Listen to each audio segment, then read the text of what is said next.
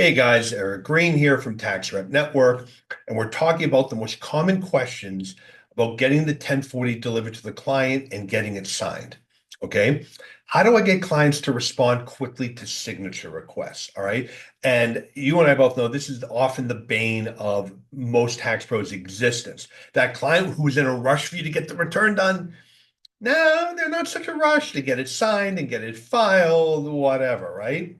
Um, so look, if clients are unresponsive, often systems will do automated follow-up emails and stuff, but I honestly find that most clients that are going to ignore the first email, they're going to ignore the others.